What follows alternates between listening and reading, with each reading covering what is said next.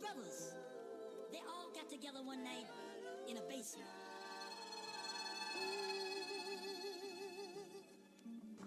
What's up, everybody? Welcome back to another beautiful day to chill with the guys from 40 Ounce Hip Hop. It's your boy Kyle and the homie Michael, as always chilling. And today, for the second 40 ounce, we're gonna need for you guys to sit down and pull up. We're actually gonna be covering superlatives.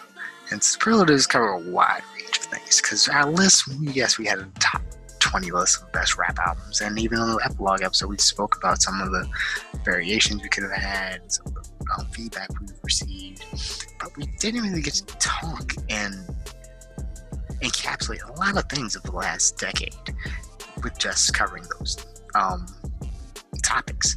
So, in order to kind of give a more general view of how we felt about the last decade and some of the events and artists and songs, we had to make a superlative list. Kind of give you guys a bit of insight into what we considered was huge moments or huge impacts in the last decade. So, hopefully, you guys get a kick out of this. So please, kick back, pull up, grab a shorty, grab your 40. Let's get this thing popping.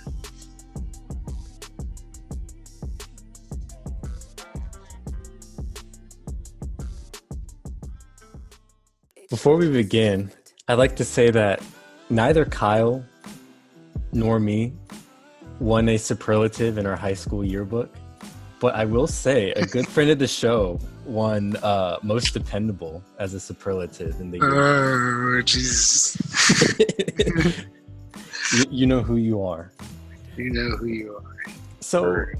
So for the first superlative, I guess it would just make most sense to start with the biggest one, best rapper of the decade. And for me, it's a very easy choice because we had To Pimp a Butterfly and Good Kid, Mad City as top 5 albums of the decade.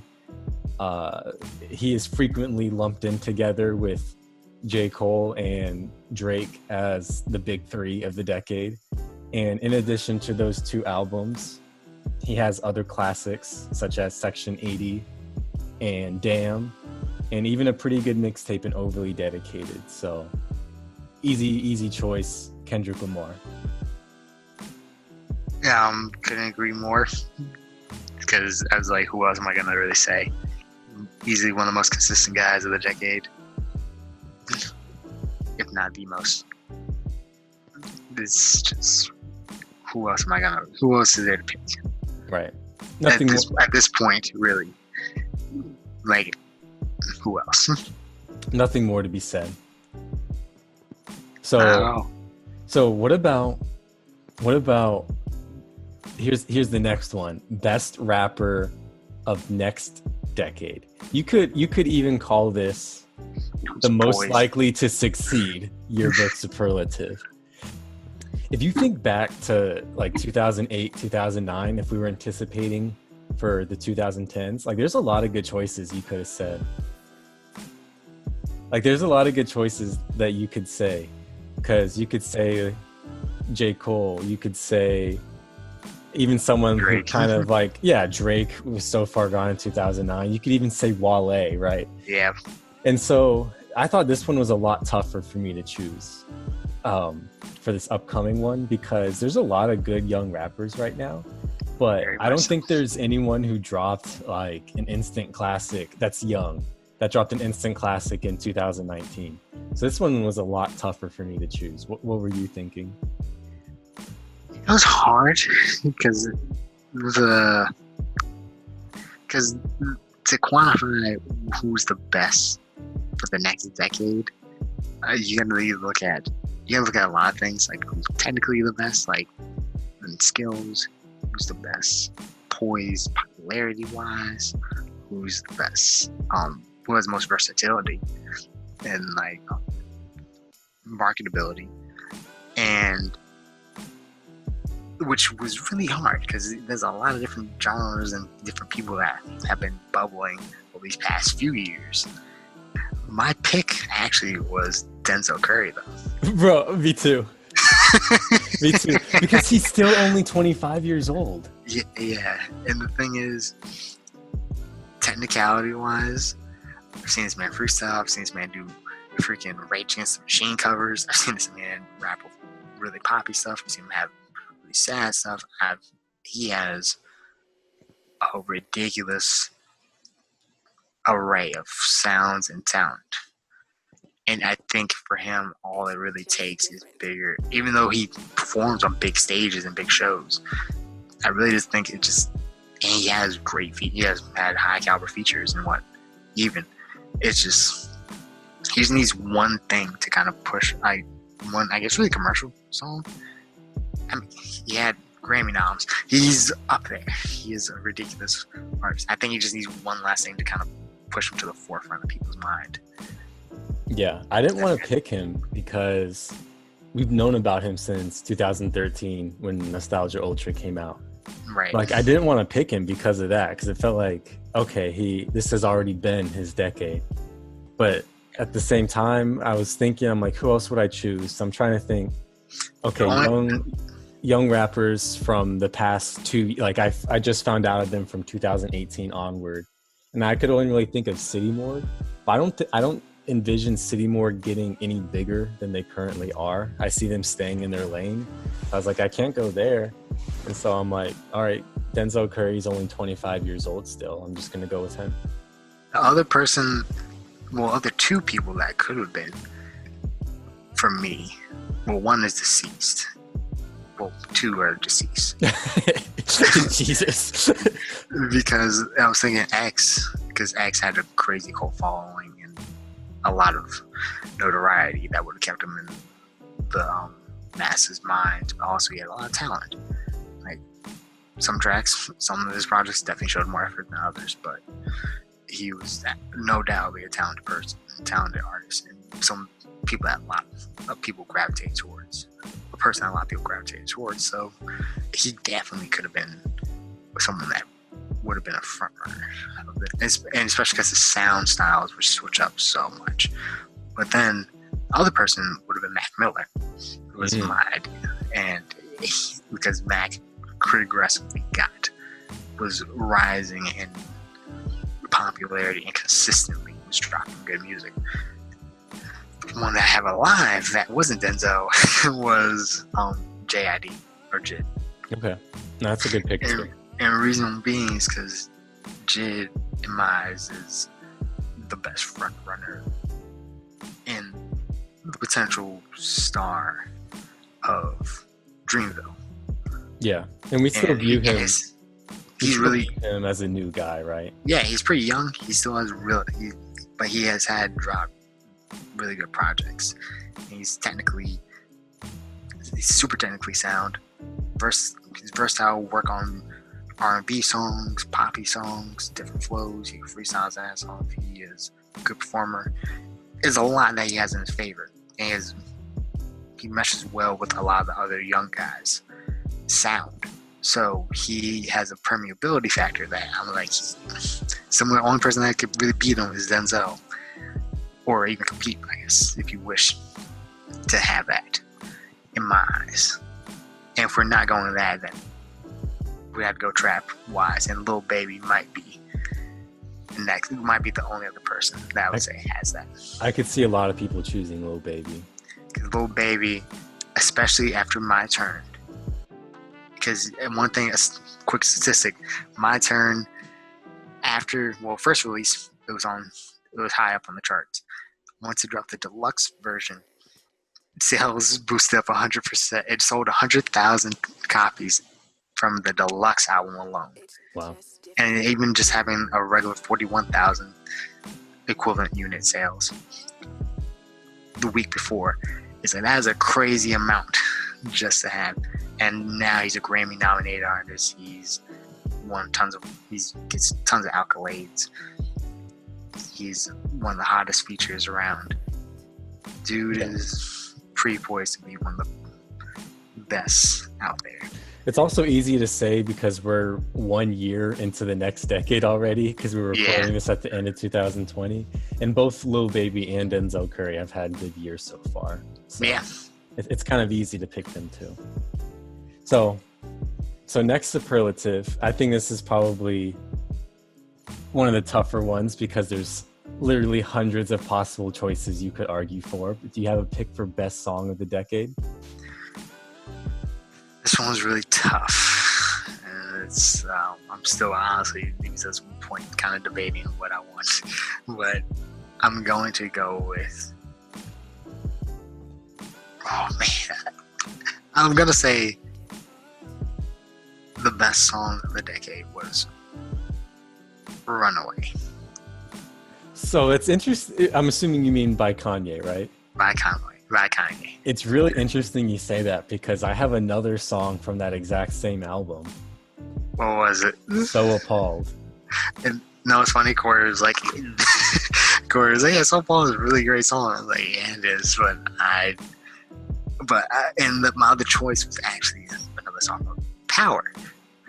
And the reason why I say those songs were songs of the decade is because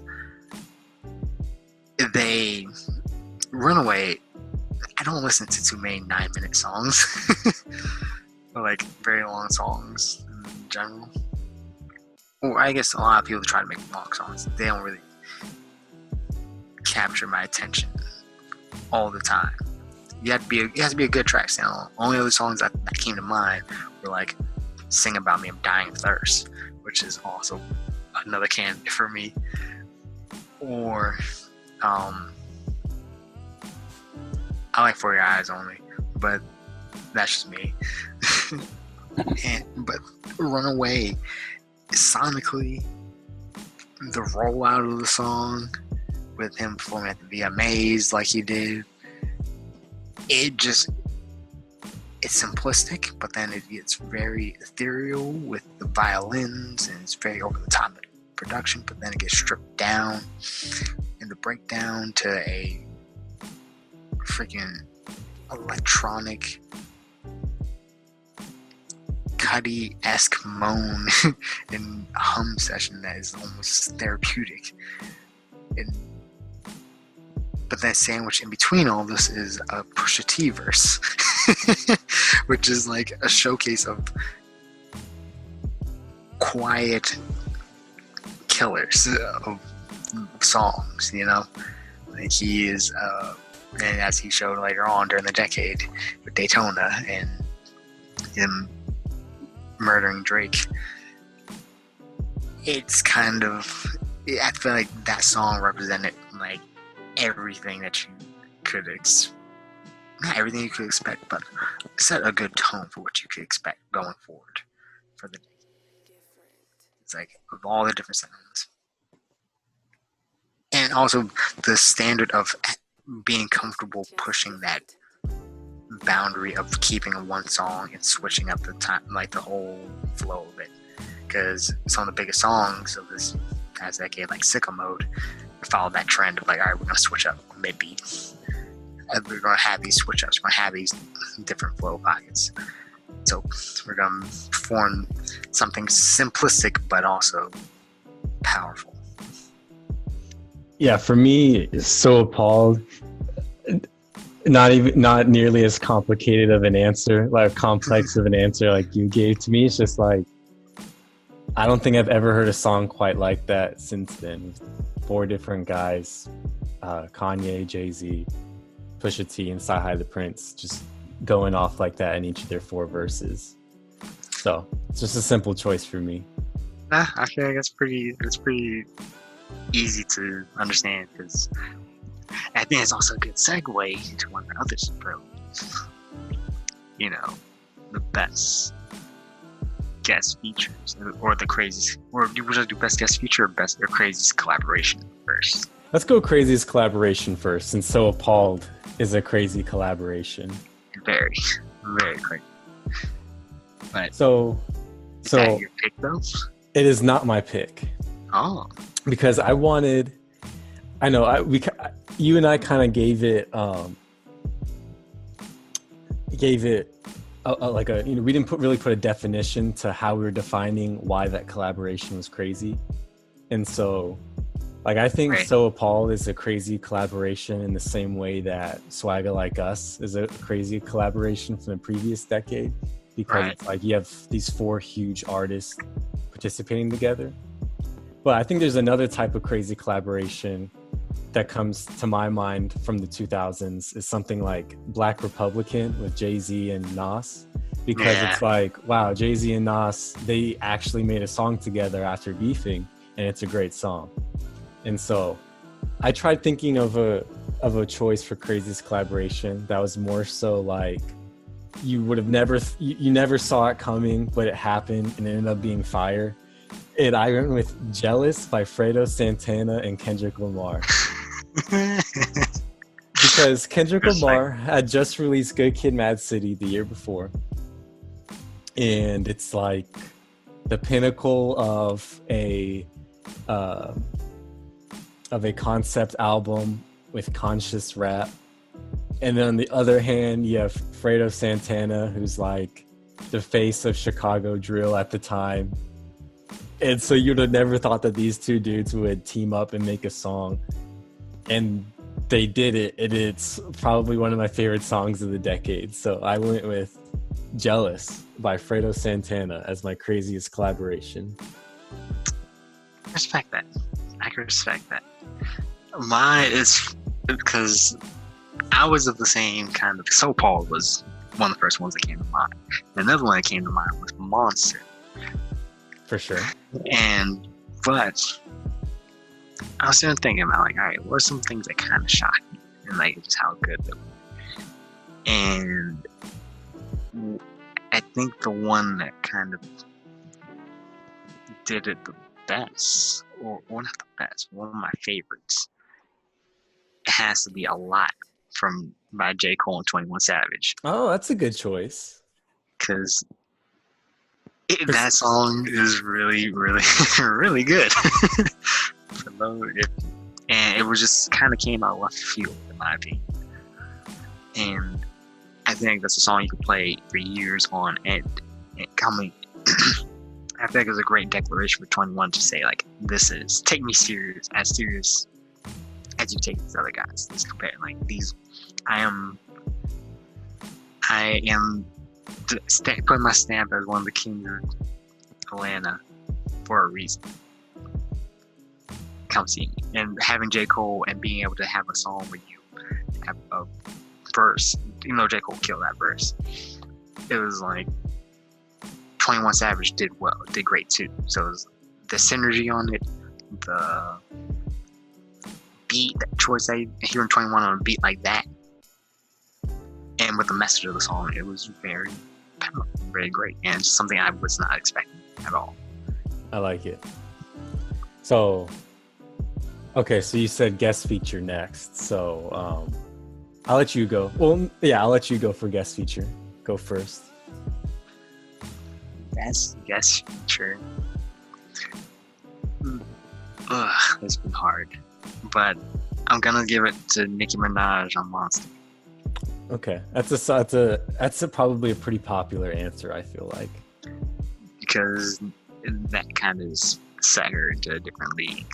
It was a great coming. It wasn't her coming out party, but it was pretty for a lot of people. Like, hey, whoa, we gotta take this woman serious now. Is one of the best for sure out here. Like, period. Just rapping, like one of the best rappers around. If not that, then I would. Because one of my favorite verses is Vince Staples and Earl Sweatshirt and Hot, like one of my favorite songs. Yeah. But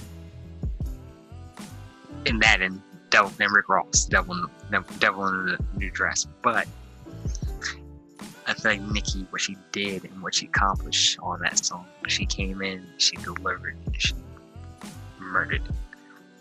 Yeah, it can. And it left a lot of people craving more from her. Something you can't beat. So for me, I feel like there's a correct answer to this question, but I'm not I'm not going to pick it as my answer, but I'm going to explain why I think it's the correct answer, but also why I didn't pick it. And to me, that's Kendrick Lamar on Control by Big Sean. Mm-hmm. Because Control is technically a song by Big Sean featuring Kendrick Lamar and Jay Electronica, released as a loose single in anticipation for Big Sean's album Hall of Fame.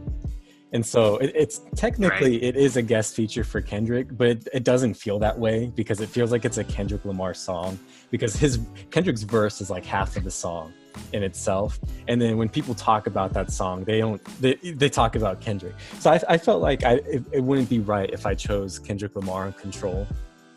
And so instead I went with Drake on Stay Schemin' by Rick Ross and Frank Montana. And I mean, at this point, yeah, I knew you were gonna pick that one. Yeah, because I was kind of talking about it recently with you too, about Stay Scheme is just one of my favorite songs of all time. I mean, every single bar that he says in that song is like a quotable, and it's just a hard hitting flow with like this "don't mess with me" attitude. I think he's like beefing with Common too. Yeah, he is. Is like it's like the emotion behind it. And at this point, like that came out in 2012, so Drake's already like solidifying himself as the biggest rapper in the game, but I don't think he really had a verse like that up to that point. And so yeah, my final answer is Stay Scheming. I can respect that. It's another song that kind of popped into my mind was J-Rock on Black Lip Bastard remix. Yeah, that's a classic for sure. That's one of my favorite, and that verse propelled J-Rock to a new level for me. Just the energy he brought, the bars, it was a really good track. If we had a superlative for best guest feature artist, I think Drake would still be number one for me, but J-Rock is in consideration simply for just his Black Hippie collaboration features. Yeah, you know? he always comes through with those. He's like, J-Rock, please just bring this every time. Yeah, I don't know why he saves it for his features. I don't know, but no, bro, it's like, you really be coming through with just mix on that one. Yeah. Well, okay. So considering we're talking about J-Rock's discography plus his features, what about best discography of the decade? And we already said Kendrick was the best rapper of the decade, so we'll say best discography besides Kendrick. Who would you pick? Including projects, EPs, mixtapes, guest features, everything. See, my best discography besides Kendrick, I gave it to Run the Jewels. Okay. And the reason being is because each project just got better for the most. Like, even though people love RTJ 2, like, the best. I feel like they haven't had a project I would say is under an 8 at the very least since they came out. Which is odd to say. I don't give people that much credit. For sure. He's been really, really. Those two have been really, really consistent with their releases. Well, I went with Denzel Curry, and when we said best rapper next decade, we hadn't talked about this one yet, and so this is partially why I was having a tough time picking Curry for the next decade, because I'm like, how can I pick him for next decade if I think he has the best discography besides Kendrick in this decade? But I had to choose him because, I mean, he was a teenager when Nostalgia 64 came out in 2013, and he just releases, like, every single time he releases a project, it's been great. Imperial is one of my favorite albums of the decade. Like I said, Taboo made our top 20. His EP's like 13, which was that was like an anticipation project, and even that was amazing. Right. And then I look at the guest features too. And by the way, Denzel Curry has had a fantastic 2020 when it comes to guest features. in the 2010s, if I think of like classic Denzel Curry guest features, he has them. Ultimate Suicide with Suicide Boys is great. No Threat with Anonymous is great. His all the songs that he made with JIDK. Bow Down with De Niro Ferrar. Vigorous with Keith Ape. Like he has a lot of classic old remix. yeah. Well, actually that was 2010. Yeah, that's 2010. From 2020. So yeah, I went with Denzel. I had to. Yeah, no, Denzel was he has a pretty disgusting discography, so I can see that. I can definitely see that. But so I guess, and also another person. Don't mind me backtracking just a second. Another person I wanted to highlight for best guest feature that I really thought could have been I thought could have been the best, but it was just really close compared to Nikki, was Gunplay on Cartoons This Year. Oh, for sure. Because it was, I thought I had to highlight that, because that was and that's honestly could have been a contender for one of the greatest collaborations, because I would not have expected one of my favorite Kendrick Lamar songs ever is one with Gunplay going crazy and having one of my favorite quotables like of all time. For sure. Is it the back of my eyelids? For the back? Yes. Yeah. Okay. It's like if life's taught me anything, I ain't seen the back of my eyelids. But I'm like, I feel you Gunplay. For about the past 72 hours. All right. Next one. Let's go with your favorite XXL freshman class. Okay, so this one was hard because you look at the 2011 class, that was my first thought. Because 2011 class had Meek Mill, Big Crit, Sci-Hi, Lil Twist, Yellow Wolf, Fred the Godson, Mac Miller, YG, Lil B, Kendrick Lamar, and Dickie Simmons. Now, of that class, I would count Meek Mill, Big Crit, Sci-Hi, Mac Miller, YG, Kendrick, and Lil B as my 7 that had like a pretty interesting impact. And Yellow Wolf, right? Yellow Wolf, yeah, but Yellow Wolf didn't have. I would count Yellow Wolf. I put him, but has Yellow Wolf had a really big splash? He was signed to Eminem's label. Exactly. It's like he was signed to Eminem's label, but but like in the first few years of the decade, I'll give him that. But he hasn't been consistently like, he's had a presence, for sure, a big presence. It's like, even you can say Sci-Hi hasn't, but Sci-Hi freaking is always writing with Kanye, always doing other stuff. He's dropping projects. Right. It's like Lil B. Yeah. So I'll just go ahead and say I picked 2011. So, but I actually 2011 is my choice. That's the thing. But why is it your choice? Well, because I look at that list, and besides Lil Twist and Diggy Simmons, I think all those guys went on to be pretty successful. Obviously, like you said, you can take out Big Crit and Kendrick and Mac Miller and Lil B and Meek Mill, because those guys definitely accomplished a lot more than the other guys. But still, YG's been huge. Fred the Godson, rest in peace. He super underrated. Very.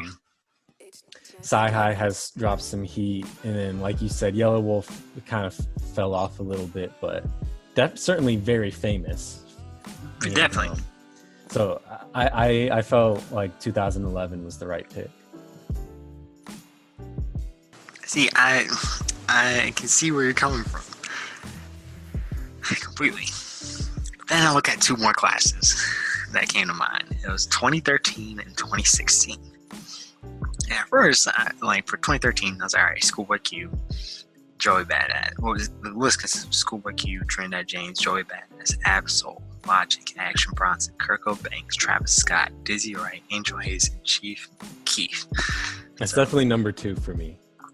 So, of that list, it's like, all right, Schoolboy, Joey, Absol, Logic, Action Bronson, Travis Scott, Chief Keef. That's why I would consider like, all right, people that had a splash. Trinidad James had a nice run, but he didn't stay consistent with it, so I'm not counting him as much. But then in 2016, we got Lil Uzi, Lil Yachty, Kodak Black, Denzel Curry, G Herbo, Dave East, Lil Dicky, Anderson .Paak, Designer, and 21 Savage. Besides Designer, everyone else on that list is relevant in some way. And you know what's crazy is I remember everyone freaking out when people used to shit on that list. Like, I remember that was the year that people started saying like the XXL Freshman class is dead. Like, it's a joke. It means nothing anymore. Yeah, and but it's so funny looking at that in retrospect because it's like all these guys are superstars. Exactly. And that's the thing. That's why I've said I'm gonna go with 2016. Because at first I've seen people say that like 2016 is the best class. I've seen the memes for years. And I was like, I don't believe that. That's crazy. Like, you can't tell me that's the best class. But the more I think about it, and the more I look at it, a few years removed, I'm like, yeah, all these guys are pretty big hitters. Like, granted, some are bigger than others, but like, and do they have the best ciphers? No, but it's these guys are all stars in their own right. Even Lil Dicky, man, has TV shows. Really everyone but Designer, which is kind of crazy. To me too. It's like, yeah, everyone is a superstar in their own right. So I have to give it to that class because I don't think they're the best, like, I don't know if they're the best lyrically, but just creating in this pool of stars and kind of potential, that, as you've seen, their potential is still. Kodak Black's been in and out of jail for years and he's still Kodak Black. Mm-hmm.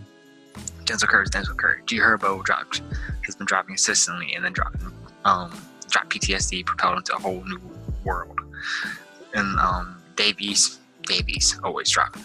Yeah. Always got in New York and Northeast.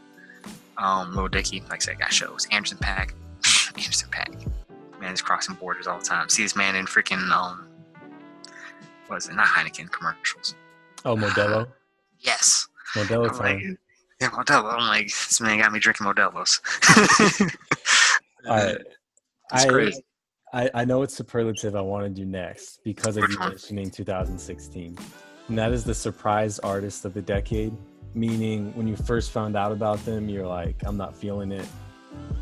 I don't see the hype. But then as the decade went on, you're like, yeah, I see it. They were good.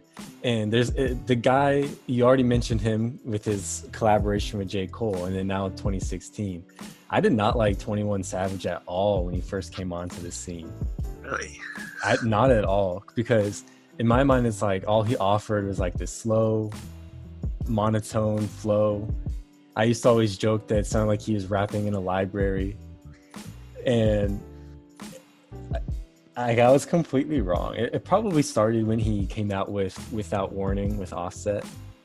That's probably when I started really flipping on him. But since then, yeah, I mean, I feel like he releases pretty good music, and I genuinely enjoy his music now. So he's my pick for surprise artist of the decade.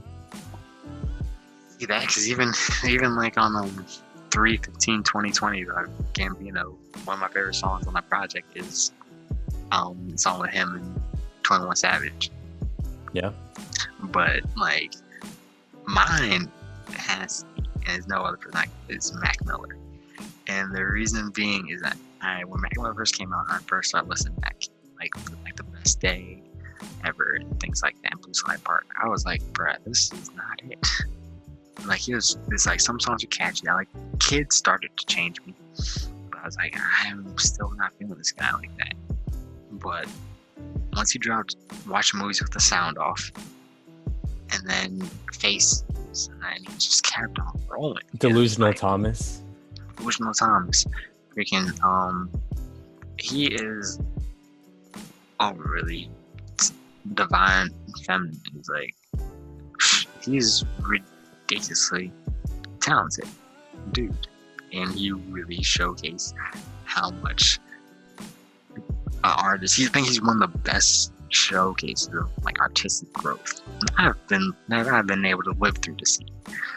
You know, which makes his past far sadder because like I went from not liking you like in the slightest to listening to you pretty consistently. It's pretty weird. So I think he was my surprise artist easily. And I think for a lot of people, he became a surprise artist because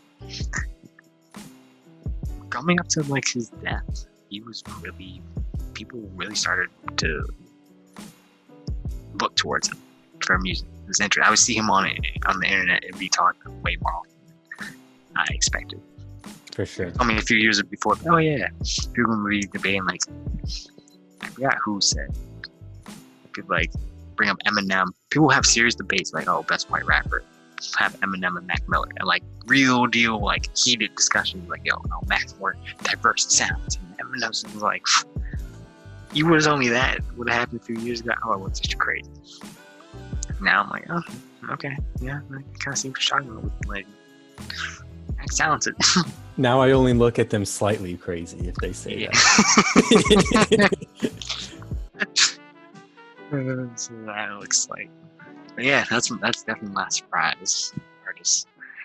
I think, well, if we're gonna go down that line of thought, though, I think we should tackle who were the most overrated and underrated artists of the past decade. I think we start overrated because surprise artists is cool, but like, who are your underrated and overrated people? So overrated, when I was thinking about it, the first person who came to my mind was Logic. Mm-hmm. And he's not my final choice, but Logic first came to my mind because there was a time in maybe 2015 or so where people were putting him in the same tier as Kendrick, J. Cole, and Big Crit as like this upper tier in hip hop, which is ridiculous. Like that's one of the most asinine things I think I've probably heard through the whole decade was putting Logic on their level, you know? Yeah.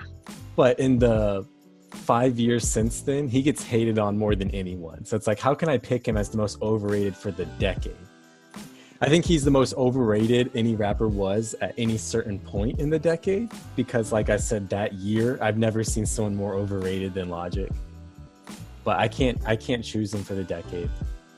And then I also don't think I can choose someone like Playboy Cardi or someone like that because ultimately it's like that guy he's just not my style. You know, I'm not gonna like him, so it wouldn't be fair for me to pick him. So I really thought hard on the overrated one, and I went with the underachievers. Oh. Which you probably did not think I would say that. No. I think I would say that. But no, but that's it. Explain. Because we came up in a time where there's this Beast Coast movement, and the Flapper Zombies are killing it, and Pro Era is killing it, and the underachievers were always put in the same tier as them. And the music isn't nearly as good. Like I don't hate them. I enjoy a lot of their songs, but I had to think really hard. Like going by definition, who is someone that is put on the same tier as good rappers when they don't deserve to be there? And underachievers came to mind, so that's my pick. That's an excellent pick. Because there's always a weird lumping of underachievers with Flapper Zombies. But there's more like even just Pro Era as a whole. They're like, oh yeah, we're gonna put, or even Audio Push gets put in there too. I'm like, alright, cool. Or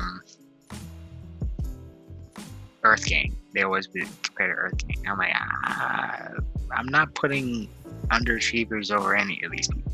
For sure. But that's a really good pick. It's just because they don't release to me as much, and they don't release as well.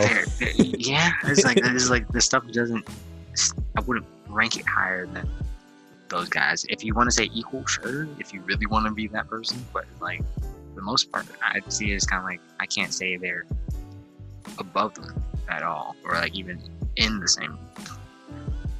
Because I don't want to crap on because I don't listen to them as much. Because I can't be like, oh yeah, they use trash or music.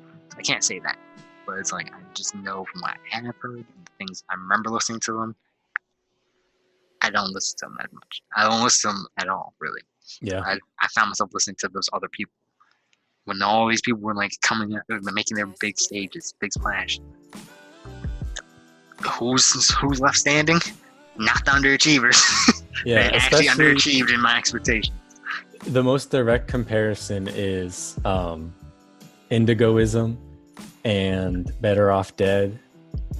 The Underachievers versus Flapper Zombies. Those two mixtapes came out at the same time. Yeah. And it's like, come on. One is clearly way better than the other. It's like I kept Better Off Dead. I didn't keep Indigoism. Mm-hmm. Like, I'm sorry, but that's a cool choice. That's something I would never thought of that one. But okay, so for underrated. Oh. No, what's your underrated? Okay. For underrated, I thought it'd be nice to, doing both. Yes. Contrast them. Underrated. So many times you see people say, like, this guy's so underrated, and it's some rapper that just straight up isn't that popular. And I think that's unfair because it's like, they're not underrated. People just don't know about him that well. So I had to think about an artist who people know about, people recognize, but don't give him a lot of credit. And so I went with Odyssey because Odyssey, he's definitely not the most popular guy, but I feel like most hip hop fans know about him. People who pay close attention to hip hop know about Odyssey.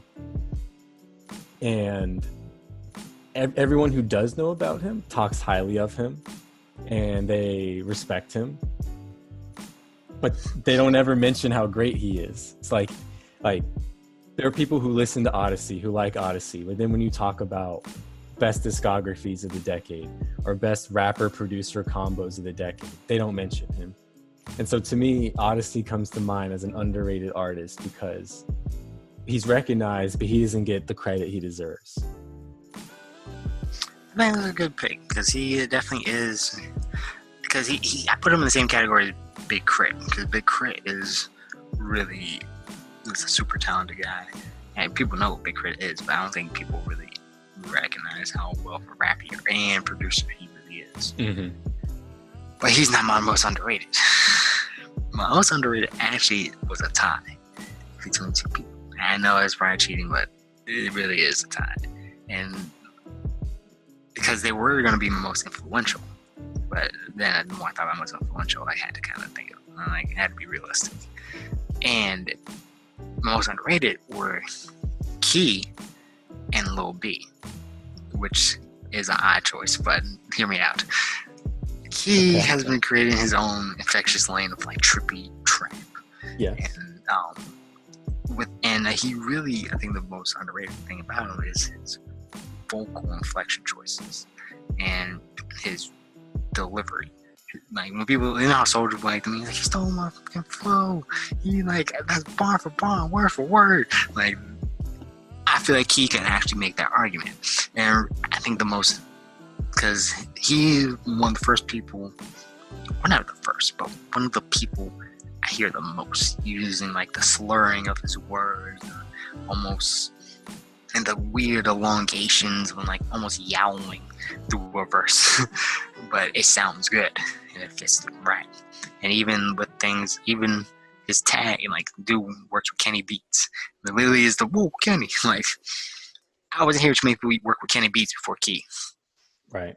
So, like, his production choices even are really good and really wild. And one of the most recent, like, kind of solidifications of, yeah, this dude's had an impact and this dude is kind of slept on was on Playboi Carti's recently released Whole Lotta Red.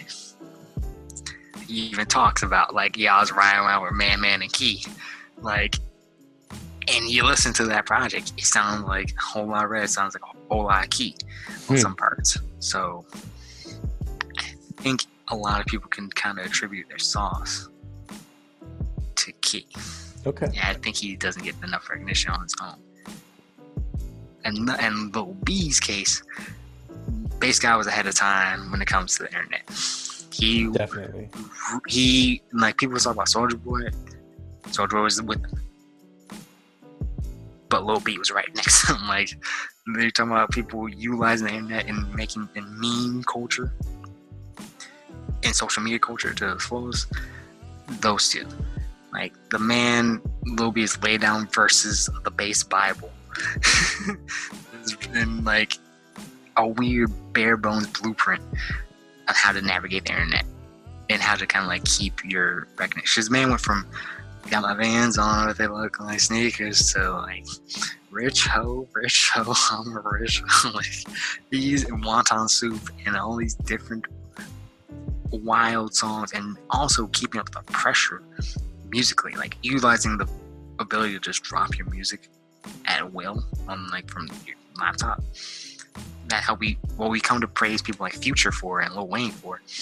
Lil B was doing that this past decade religiously, literally. For sure. So it's pretty.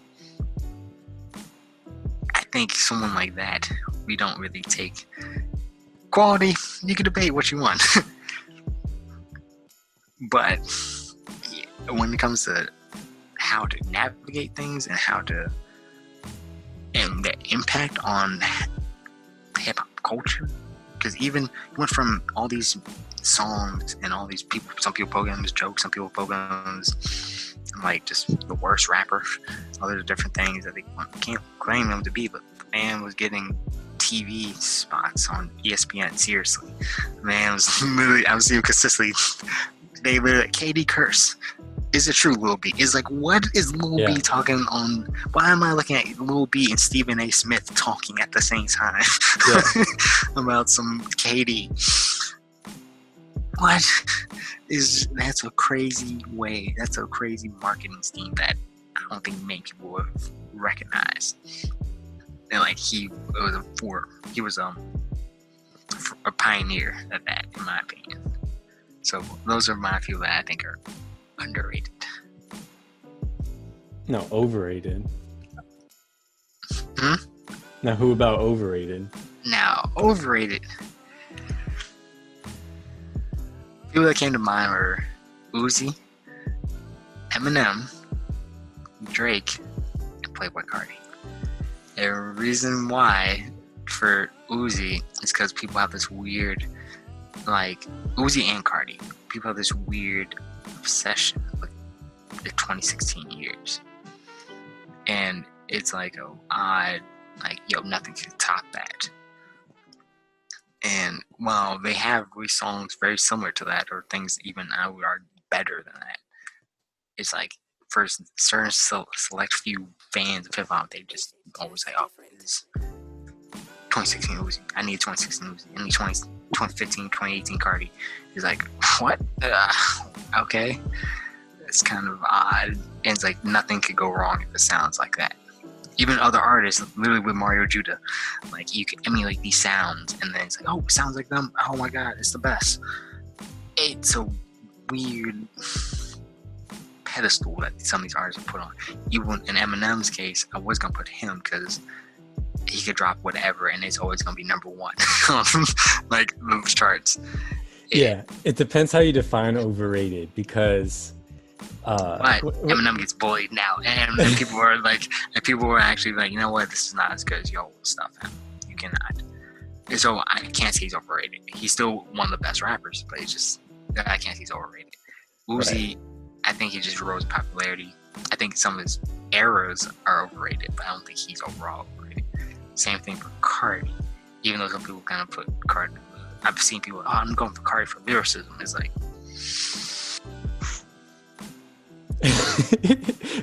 Like Sam, wow. Yeah, like I said, I couldn't include Carti on my list just because it's like, okay, if that's not my style, that's not my style. I'm like, bro, y'all disappointed a whole lot of red from the man that said, he's like, I'm gonna go dust that bitch. I'm gonna go fuck that bitch. Like, that's really, like, that's it. Like you're really the man that rhymes beat with beat. Like you're really gonna be disappointed in lyrics for this album. That's why I say that he's kind of overrated because people were hyping a whole lot of Red so much. Even though I like Whole Lot of Red, disclaimer, I really do like it. I think it's actually has some pretty dope tracks, and the production on it is crazy. But I had to go with Drake as my most overrated. Whoa! And the reason why is that he is an artist that can do virtually nothing wrong with his fans. Yeah, I agree completely. Completely. He is someone who is, before the Pusha T thing, was pretty much going unchecked. Besides almost Kendrick, because Kendrick was like, I'm not wasting my time being actually like that. Mm-hmm. I would say, like, J. Cole, I'm not going to be with you. Why can't two kings coexist? It's like,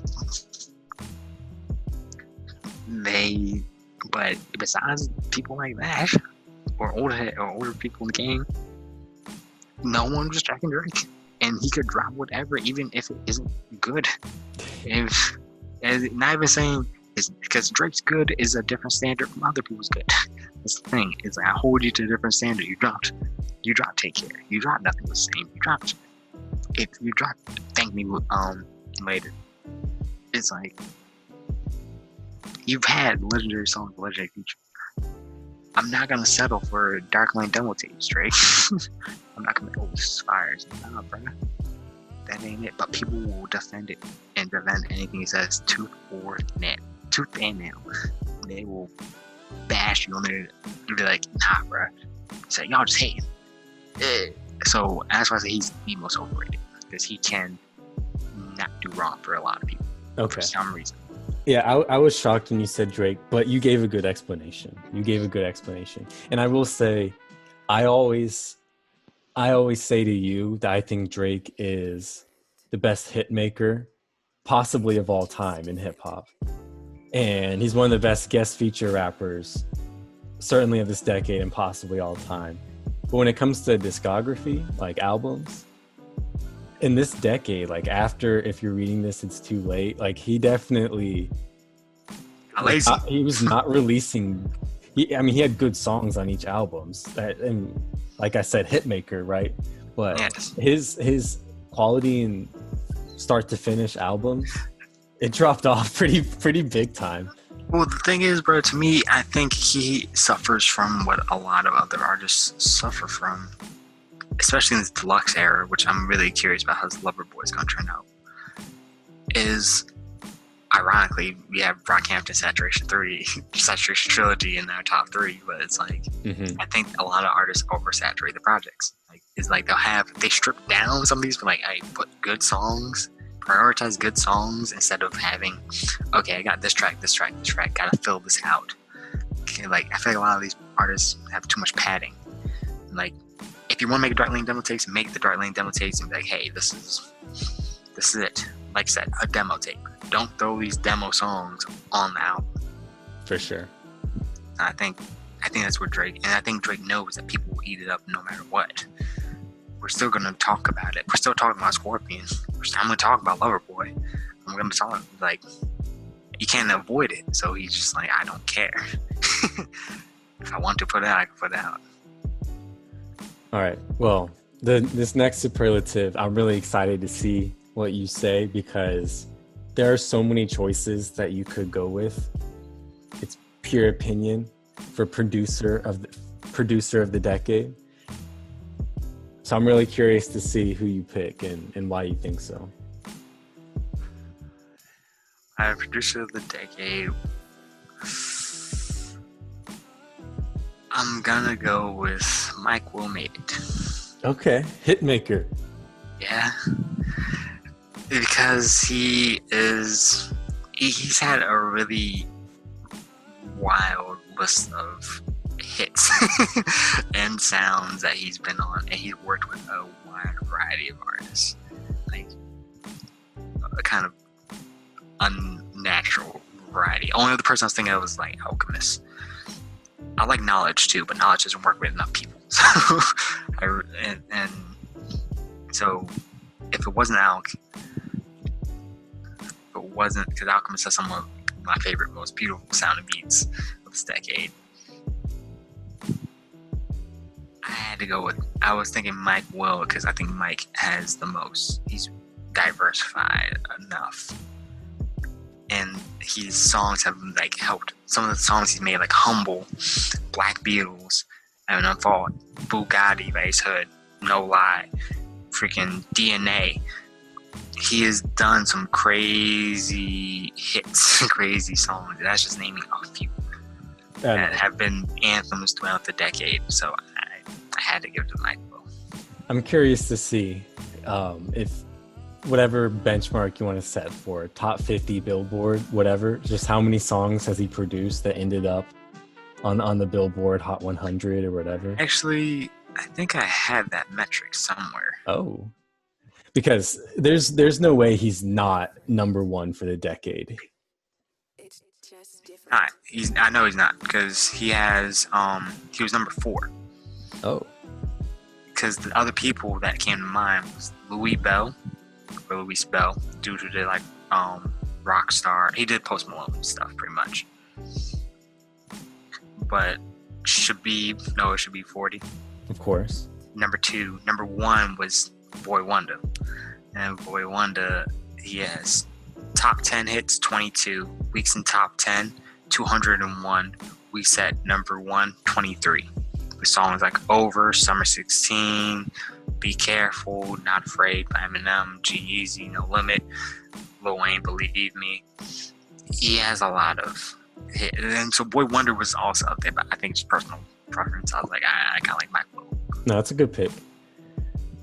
I went with completely different criteria. I did not factor in the hit making at all. So I have a much different answer. I went with Apollo Brown. Really?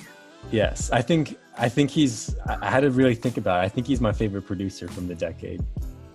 So Apollo Brown, I know in the honorable mentions episode when I talked about Odyssey, and I know I mentioned Odyssey today also, but I kind of mentioned he's like this huge figure of Mellow Music Group, which in my mind was like the biggest independent rap label of the decade and just really pushed out a lot of great underground rap music.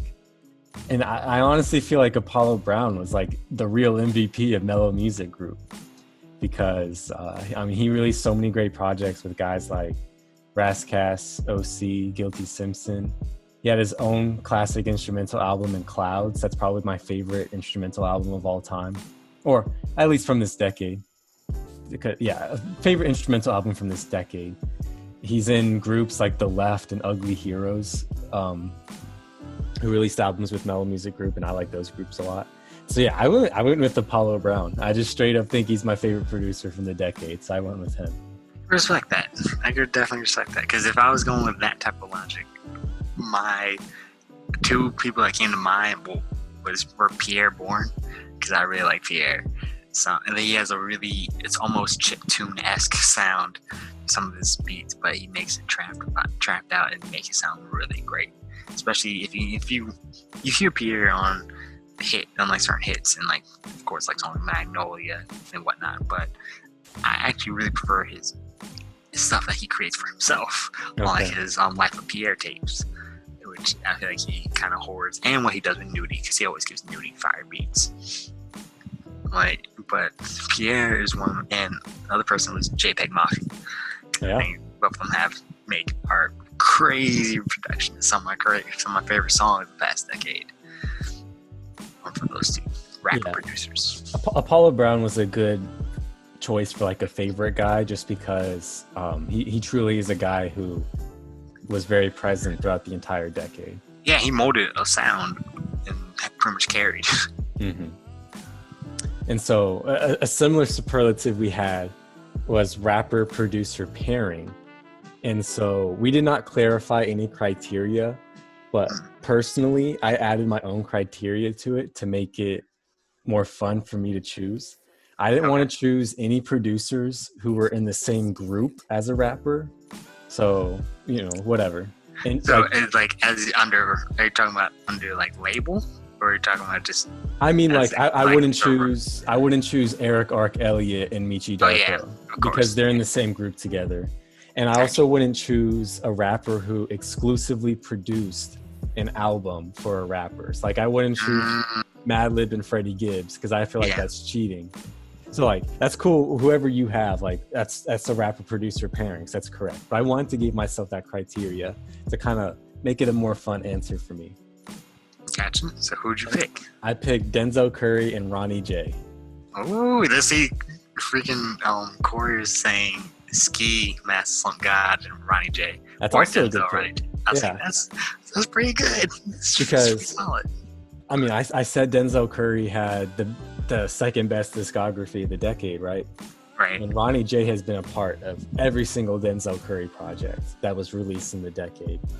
And some of Denzel's favorite, or not favorite, but some of his classic songs like Threats, Ultimate, Zone 3, Envy Me, Naughty Head, ULT. I mean, those are all Ronnie J produced songs. So there you go. That's my pick.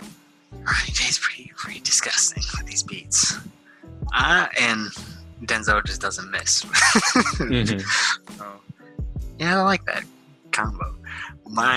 Someone else I thought about was one of the people I thought about was Pierre and Nudie because I really like the way they coalesce. Same thing with Pierre and Cardi, but then also but the people that I was thinking like who were, and I didn't want to do a group thing as well, but I didn't want to do like okay, Run the Jewels, like that's kind of cheating. But like, the person that I was thinking of was Noah, 40, and Drake, Of course. because it's kind of like, have you listened to music this past decade? Right. Have you? All right, yeah, you did. Sure, cool. Drake's Drake. He's a great star, no matter what. But will we have had Drake the same place that he was without 40? Probably not. Exactly. So it's kind of like, I'm giving to Drake and 40 because like, even if Drake himself was like, yo, that's my right hand. Like that's dude making a lot of executive decision calls on beats and production. He created energy. Some of Drake's biggest hits he's helped tune and co-produce. I'm like, yeah, one of the biggest artists of the decade, possibly of all time in rap. And this is the guy. It's like Michael Jackson, his Quincy Jones. That's like how I see 40 and Drake. It's like, all right, this is my Quincy. So that's how I'm like, I can't really put anyone over those two.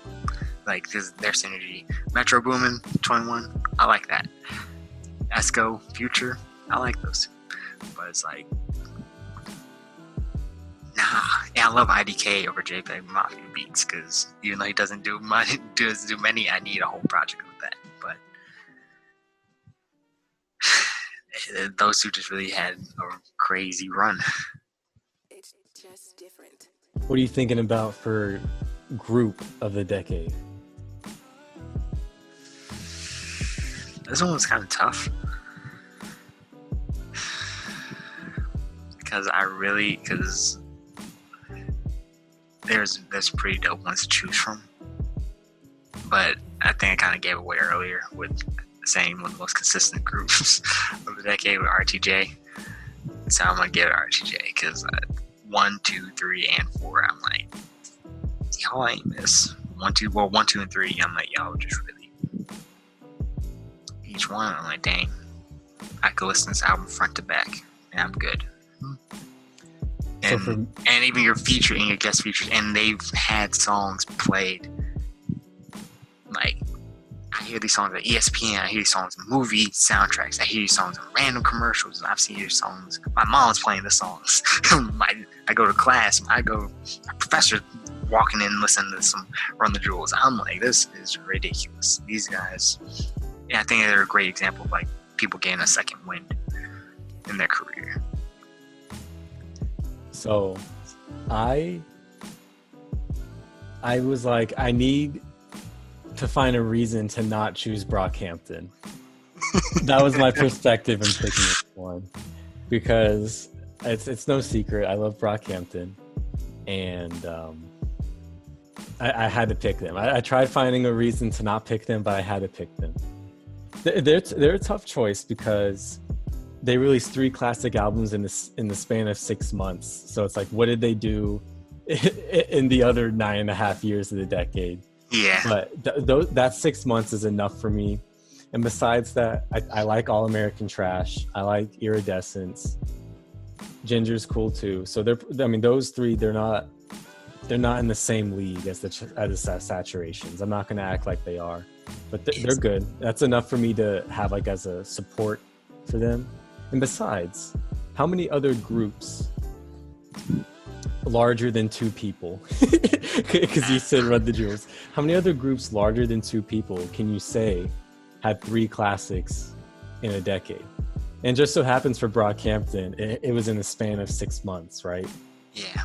But that's elite territory, whether it's in 6 months or 10 years. 3 classics. That's elite territory. That's true. That's very true. That's the only thing because they came to mind, and I was like, yeah, that's 9 people versus 2. Mm-hmm. So it was like, I expect more from y'all. Granted, Run Jewels has more experience. It's just like, yeah. And if it wasn't RTJ, it was gonna be Brockhampton or Injury Reserve, because they had 2 albums that were considered quality for the decade. Definitely. And so then, leading off of that, for most influential, that's another really interesting category, because I think there's a limited choice. There's probably only at most 10 people you could choose from and argue for. They all have really interesting arguments. And so most influential was interesting for me because I went with Tyler, the Creator. Ooh. And you know, me saying that, you would think I'd choose Odd Future for Group of the Decade, but no. Definitely Brockhampton's still in my mind, but I went with Tyler. Brockhampton's like the next evolution of, like the natural evolution of Odd Future, so it's kind of like fits the mold. Exactly. And so I still went with Tyler, the Creator, for most influential.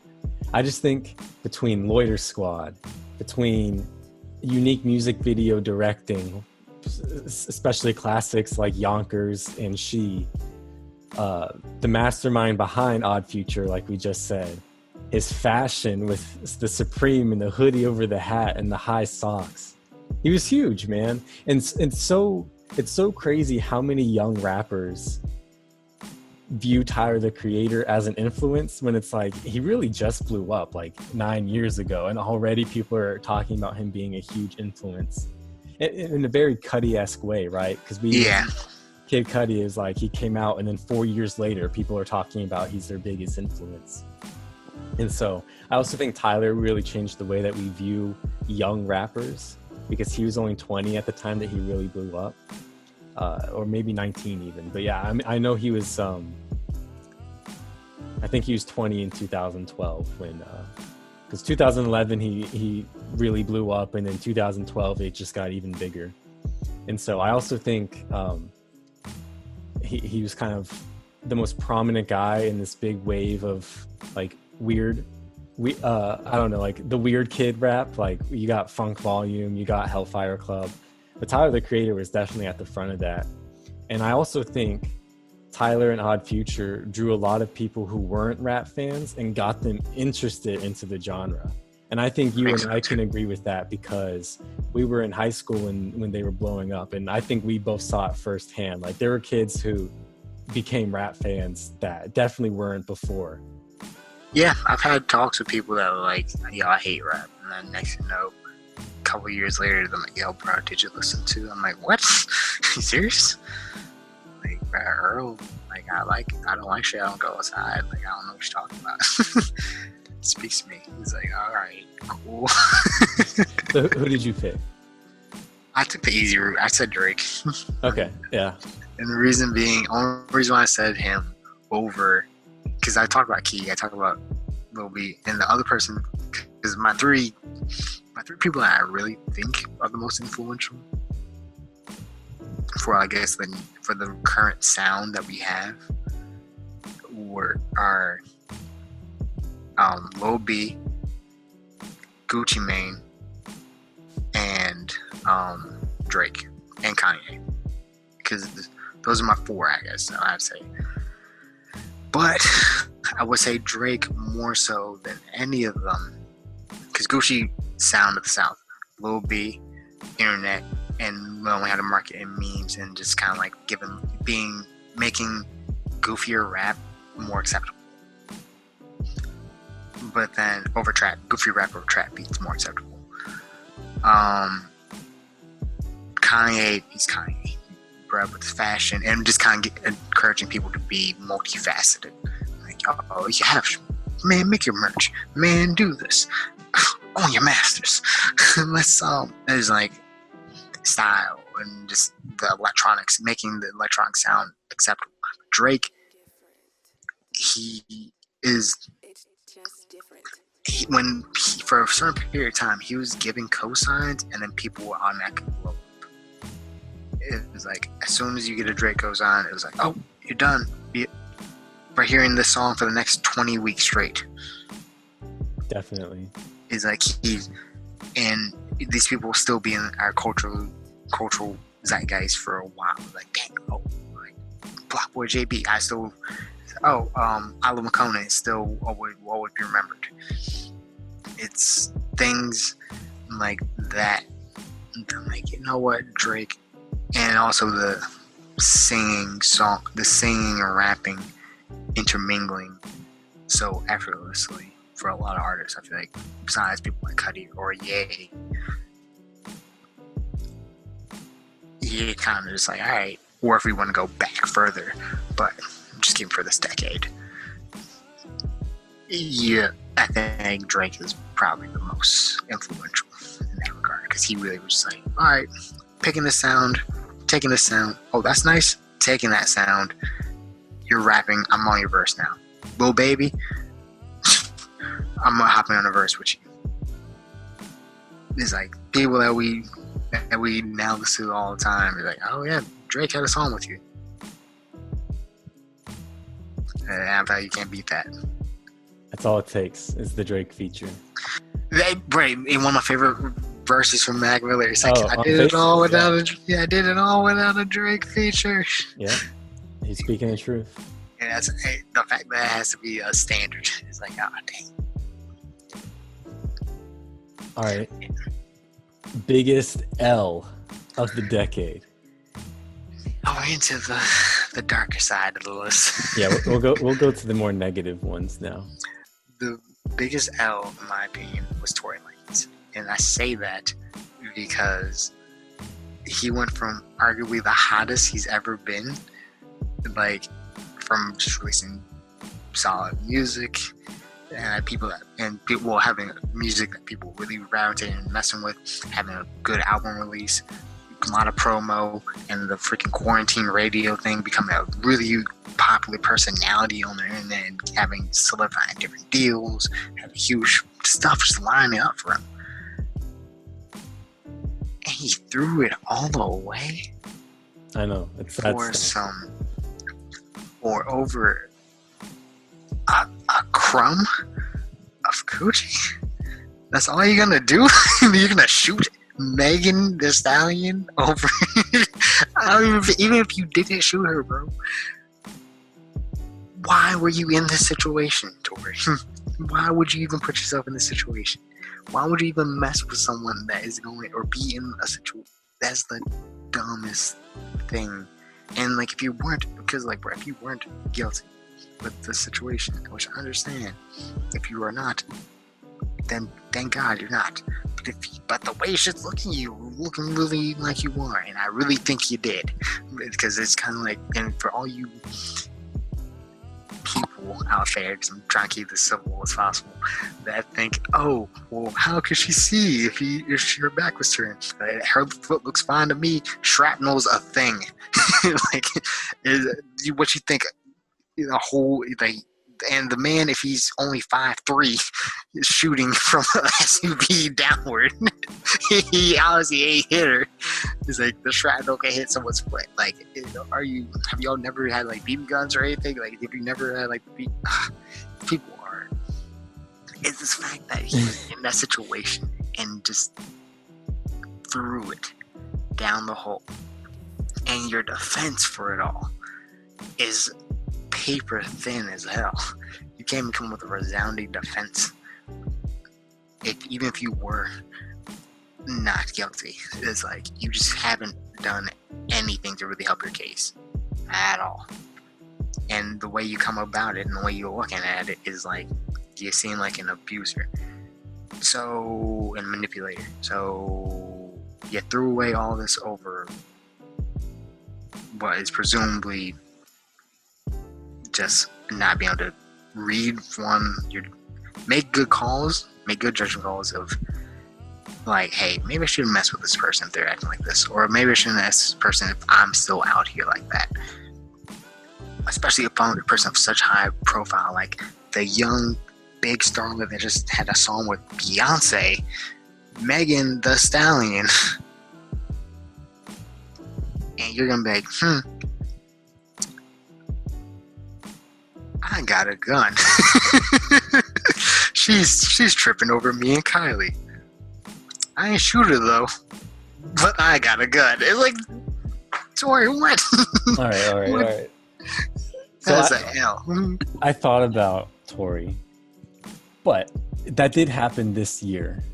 It did. So I don't blame you for picking it because it's just such an egregious L. But I was like, I'm not going to pick him just because I wanted to stick to the 2010s decade, Yes. So I went with Rick Ross, Molly and Her Drink lyric.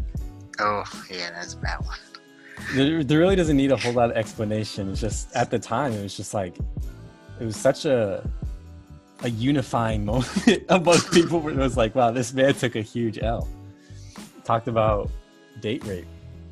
That's just like it was L cool. right there. Like he was like, that was just, we were just gonna let that slide. No one knows what was going through his head. Hope there's a lot of codeine induced with that one, because ain't no way. That was a bad one. That was a bad one. All right, so let's go most disappointing rapper, because this one was a very interesting choice for me, because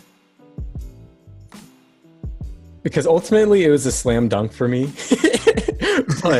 but there are other really good candidates that I thought about, because I thought about Chitty Bang and Charles Hamilton, because Swelly Express, I believe, came out in 2009. That's one of my favorite mixtapes of all time by Chitty Bang. And they released more music after that, but they came out with a decent album in 2012 in Breakfast. They never released music again after that. So that's a disappointment, right? Right. And then I also thought about Charles Hamilton because he was huge, right? Releasing a mixtape every week. But ultimately, we all know the mental health problems happened, the decline in music happened. So I don't know. For some reason, it didn't feel right to pick either of them. Probably because they both have Just different. Personally, I consider Pink Lava Lamp to be a classic mixtape, and I would also consider the Swelly Express to be a classic mixtape. I know those aren't certified classics, like a lot of people probably wouldn't agree with me. But personally, like, those are classics in my mind. So I was like, I can't call them. I don't want to put them as disappointments. Maybe they fell off the hardest, but I'm not going to put them here. So I went with Vic Mensa because in 2013, Internet Tape came out, and it was huge.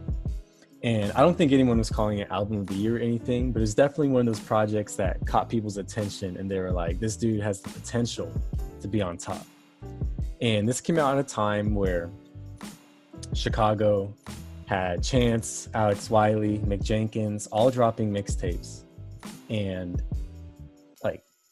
obviously in retrospect, Chance and Acid Rap became the biggest, but there were people who definitely thought that Vic Mensa and Internet Tape was the best out of those and was the biggest out of those, that he'd be the biggest star out of all of them. and really within 3 years, that went away. I would say probably by 2016, he was already making bad music, and in recent years, he started acting pretty weird too. And so I went Vic Mensa. He got worse and worse over time. Yeah. I can definitely. For a similar reason, I'm going to give that. It's funny, ironically, the same camp you mentioned him, Chance the Rapper. Oh, okay. He's definitely the most disappointing, and the reason being is because he's someone who had such a huge hype up and such a great setup for greatness after Coloring Book and after his verse on freaking Life of Pablo with Ultralight Beam, after getting the Skittles endorsement, after doing all these different huge venues and having this new platform and his new, not plateau of fame, but new level. Because I don't want to say the man's plateau, because I still think he has potential, but to follow that up with the big day, which I'm gonna go out and say most disappointing album, The Big Day. Yeah, I agree. That one I didn't even have to think about. That's most like, disappointing of the decade. Most disappointing of the decade.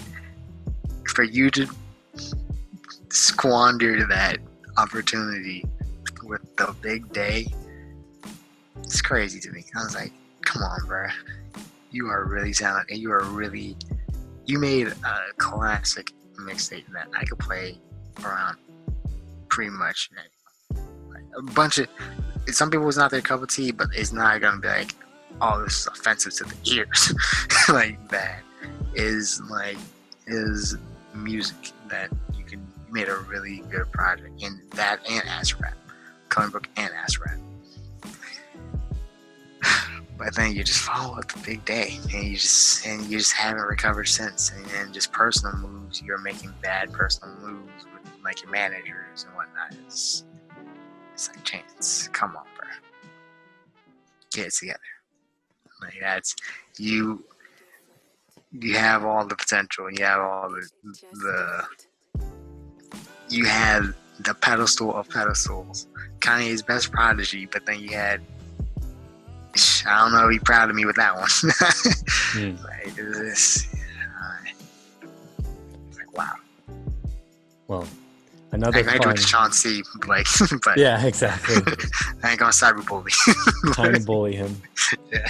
So another fun superlative, biggest troll, and it's funny because when we thought of that superlative, there's definitely a few guys who deservingly so immediately come to mind. So I wanted to think outside of the box. And so I first picked MF Doom for hiring impersonators to wear his mask and perform at shows for him, which is probably one of the trolliest things a rapper has ever done. Easily. But I fact-checked it, and that happened in 2009, so I cannot pick that. Oh, okay. So instead, I'm going with Jay Electronica for convincing fans for an entire decade that he was going to release Act 2. That's a good look. That's a good one, because a similar artist I thought about was Playboi Carti for A Whole Lot of Red for Louisiana. Because I was like, all right, yeah. And now it's finally dropped in 2020. And it's like, I definitely was thinking Carti for a similar reason. But the Act 2 is, he really had us going. For a whole decade, bro. Whole decade. And it was granted, when he came out, Written Testimony was a really good album. Mm-hmm. And honestly, that was this year, and that actually was an idea for the Craziest collaboration for me. Because I'm like, Jay, you couldn't have told me back in the day. I'm like, Jay Electronica, Travis Scott on the song for Swiss Beats song. It's like, what? But he definitely is a troll for that one. But mine, I would have to say, is the obvious choice for me is Tekashi 6ix9ine, but then I wanted to go better than that. Sounds like it had to be a between it's a battle of trolls to me. So it was the ultimate clash. It was DJ Academics Okay. Solid. and Freddie Gibbs. Because Freddie Gibbs will roast you in an instance, and also DJ Academics, he's not as abrasive of a troll as TR69, but he knows you can't touch him like that, and he's almost his fan base is so strong that it's almost an impunity towards like, oh, word, what, you gonna punish me? Complex write my check. I don't need complex checks. He always says like, I don't need it. What you need? Catch me on Twitch. Come Twitch. It's like he'll talk about numbers. He'll be like, Drake is the best, and then in the next week trash Drake and still be like, oh no, he's still dope. Is like, he is a troll that you can't give energy to. But Gibbs is also someone is like, he's not Gibbs, and people like Gibbs and Vince Staples, they're kind of like, whoa, we're not the same type of caliber, Just different. but we're gonna cyberboy. We are fans of cyberboy, and we will roast you like it was nothing. So when those two clashed, it was like, this is excellent. Within less than 24 hours, this man Gibbs sold out merch of DJ Academics on Teletubby shirts. It's like, you can't get much better than that when it comes to trolling. You really can't. Well, do you want to finish it off with best feud and for the final superlative? Yeah, the final spur with the best feud. Well, don't we have biggest comeback as well? Oh yes. Okay, I'll say that one real quick. I said A Tribe Called Quest for releasing their first album in 18 years and it being pretty good. Yeah, they're definitely up there for me. The only other person I put above them was Meek Mill, because Meek Mill was in jail and kind of just took him. Well, because the only other person I thought about was Gucci as well, because both two people that were in jail, but then had like a lot of huge following waiting on them to come back. Mm-hmm. But Meek did it in a fashion that was kind of ridiculous. Like, Gucci still had the influence. People were kind of taking the sound and running with it while he was in jail. But he came back and he had a very warm reception. He had hips. He is still Gucci. But Meek, the following behind him was so vast, and the prison reform talk that he had, and kind of light that his case shined on it. Something that's getting national media attention for people that don't even cover hip hop at all. And for him to be warmly receive such a warm reception is pretty astounding. Even squashing things with Drake. For sure. Ironically, though, him and Drake is the best feud of this past decade for me, because ain't no way Drake is just not gonna bully you for all this and make you into a walking meme until you got out. It's literally, oh, he made Rico? Okay, I guess we can love him again. It's like the man that bullied you had to kind of like grandfather you back into, like, you know what, Meek Mill makes good music still. Yeah. It's crazy that's a thing. Like, that's a horrible feud to have. Yeah, you could argue Going Bad is like the equivalent of Black Republican with Jay-Z and Nas, right? Because that's even a debate in itself, is which is a better song, Rico or Going Bad, because they're both such instant classic songs. Yeah, I went with another Drake feud with Pusha T. That was the other one. And those are the two, I think, the most popular candidates probably for the answer for the superlative, because when you involve Drake, I mean, it's like beefing with Jay-Z, Nas, and Eminem, right? Like, this is Drake; he's on that popularity level. And I think what made the Pusha T and Drake feud my personal choice was just the fact that it kind of like simmered for so long before it exploded, because I view Exodus the Pusha T diss song. I view that more as a Lil Wayne diss than I do a Drake diss, but it definitely started that.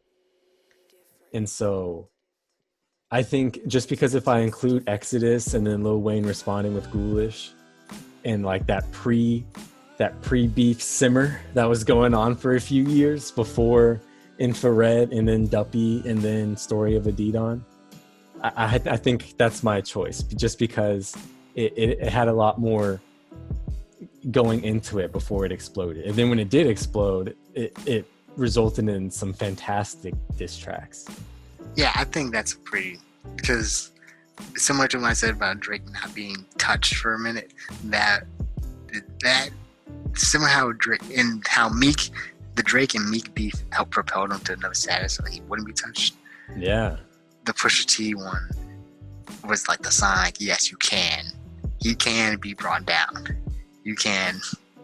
It was like he is not infallible, and I think that definitely is a solid candidate for best feud, because man, it really changed the game and kind of changed the course of Drake. Yeah, I mean, you could argue Scorpion. We would not have gotten. I don't think Scorpion would have been the same album without that whole beef. I think with how, first of all, how legendary rappers, it's almost like a requirement that they need that classic diss track, like Jay-Z and Takeover, Nas and Ether, Eminem, Nail in the Coffin, like, and of course Tupac with Hit 'Em Up. It's like every legendary rapper of his era needs his legendary diss track. And so Drake achieved that finally. And then on top of that, Drake was viewed as this super soft dude who is like, oh, if so and so beefed with Drake, he wouldn't survive. And then it was like, oh, Drake actually beefed with like a pretty hard dude in real life, and he came out on top. Oh, jeez. Yeah, bro. I think it was like one for the history books, and one that is going to be looked at like, all right, for rap piece, like, how did this go wrong? Exactly. Study. Because how was Donald Trump elected president, and how did Drake come out on top? Yes. Poli-sci classes for That's chapter one. That's chapter 1 and chapter 2 of Poli-sci. The great feuds and the great way of controlling the crowd. It's kind of wild, and also the fact that he kind of derailed his whole Adidas train. Like you derailed a whole deal for this man. Yeah. I was gonna sign to Adidas. It's like, really? Sure you weren't. Now it's like, oh, I'll make some more Jordan stuff for Adonis. All right, Drake. Okay, it's all right. You took the L. Just collect your coins and drop them overboard. I think we ran through everything. Yeah, that was fun. A lot of superlatives, but it's fun. It's fun debating, thinking about who's who for what. That was good. Man. And we, here at 40 Ounce, we always appreciate hearing your feedback with all this. Hit us up at Twitter, or hit us up on Twitter. DM us, add us, let us know what your thoughts are. And I think that pretty much wraps up the episode. Hope you guys finished your drinks. Hope you guys ain't drinking. Hope you enjoy the time. Just, caught the vibe. Good vibrations to everyone else. Mellow out. And stay tuned for the next episode. The final of the 3-pack. Better go collect you. Sober up for a little bit, please. Because this last one's going to be a bit darker. It won't be a fun one. It will not be a fun one. So dark liquor, dark topics. See y'all boys next time. Peace. Should we say RIP?